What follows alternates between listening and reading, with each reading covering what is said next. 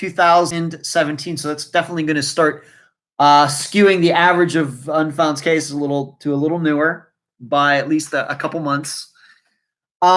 This is an episode I'm calling Over the Fence, and I'll explain that in a second. The guest will be his mother, Sandy Sanders. Yes, that's her name, Sandy Sanders. We had to talk about that. I love it. Sandy Sanders.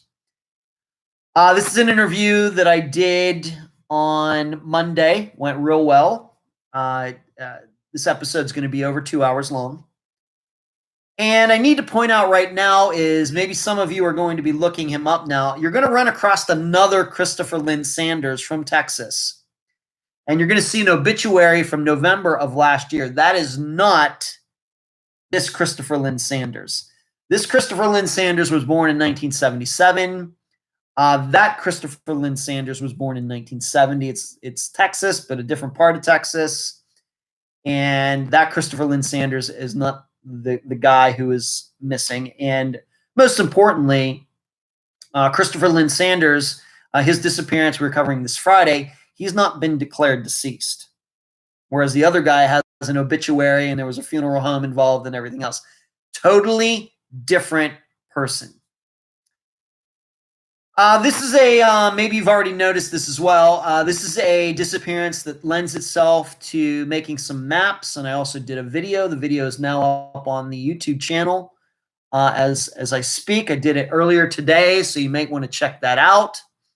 And I also posted some pictures on Instagram in the Facebook group and on the Unfound page on Facebook. So some of you or anybody that can access them can look at some of the pictures.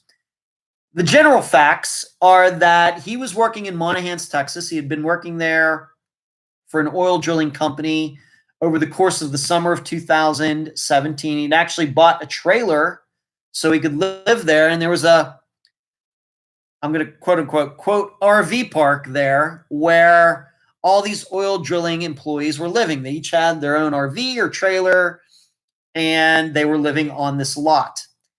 And what happened on this Sunday morning is that the guy who was in the trailer right next to him saw Chris come out of his trailer, went to his truck, went back to his trailer, back and forth a couple times, not carrying anything, just going back and forth for whatever reason. He looked a little agitated. And then Chris just walked off. And the way this guy who saw it explains it, Chris tried to slam the door of his truck shut, and he slammed it so hard that the door bounced back open. And because of that, the truck alarm, car alarm, whatever you want to call it, started going off. Whoop, whoop, whoop. And Chris just kept walking. He walked to the edge of this RV park, climbed over the fence, walked across the frontage road, and then out onto Interstate 20, which runs right by, runs right through Monahans, Texas. And this RV park was right up against the interstate. Jumped over the fence to the I-20 and started walking east. This guy says he watched Chris walk as far as he could. He went up over. There was an exit there. He went over on the highway, but kind of the highway went up and then over the other side. This guy said he watched him just vanish over that hill. Chris was never seen again. That happened about 9:30 in the morning. 2 hours and 20 minutes later, Chris's cousin, who also lived in the RV park, called him wondering where he was. Chris picked up the phone 2 hours and 20 minutes later. He said he was clearing his head. He was walking. He was clearing his head. And that's all he said he was doing. And hung up the phone. When this cousin tried to call him back, the phone was shut off. And nobody heard. So the last person to see Chris was this guy who saw him walk out into the highway going away. And then the last person to talk to him was his cousin. And there are phone records that this call happened. So it's one of those cases. Person just walks off.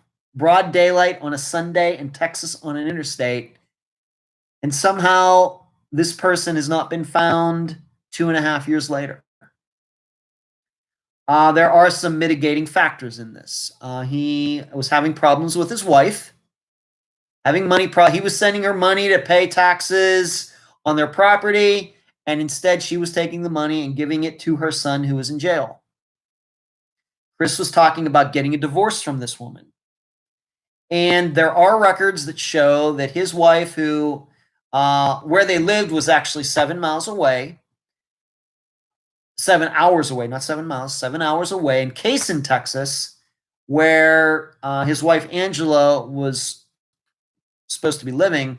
There are records show that she was in the Monahans area the day before the disappearance and the day after the disappearance, but no records of her being in Monahans on the day of the disappearance. Should know some other things. Chris was a recovering addict. He had been a drug addict for several years, finally kicked it in about 2009. And he had been diagnosed as being bipolar a couple years before he disappeared. However, he was on medication. That medication was found in his trailer when they finally got inside it. And that's the other thing. Even though he left the door of his truck open with the alarm blaring, his trailer was locked. Nothing unusual in the trailer, nothing missing. The TV was on, the AC was on.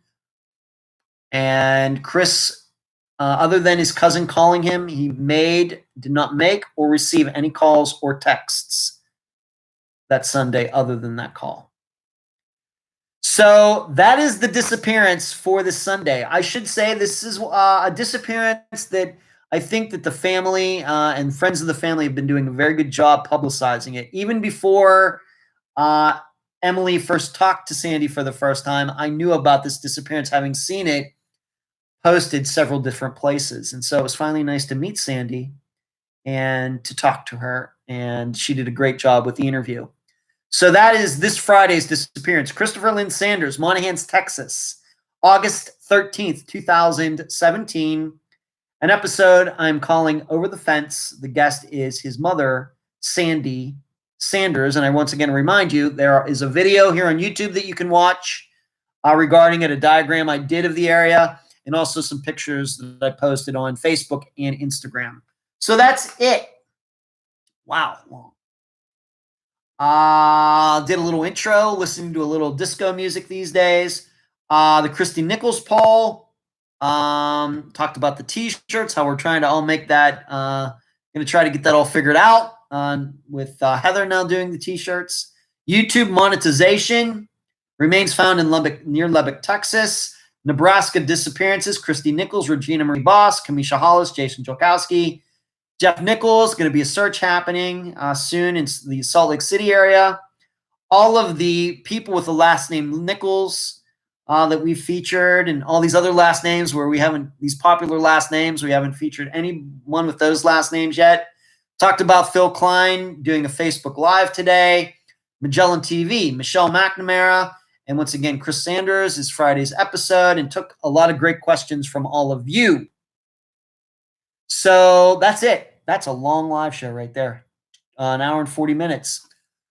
I'll leave you with that. Thank you, everyone, for tuning in tonight. Thank you so much. Hope you enjoyed it. I love doing these shows on Wednesday nights. And please stay safe out there. Don't let this stuff get you down. There are better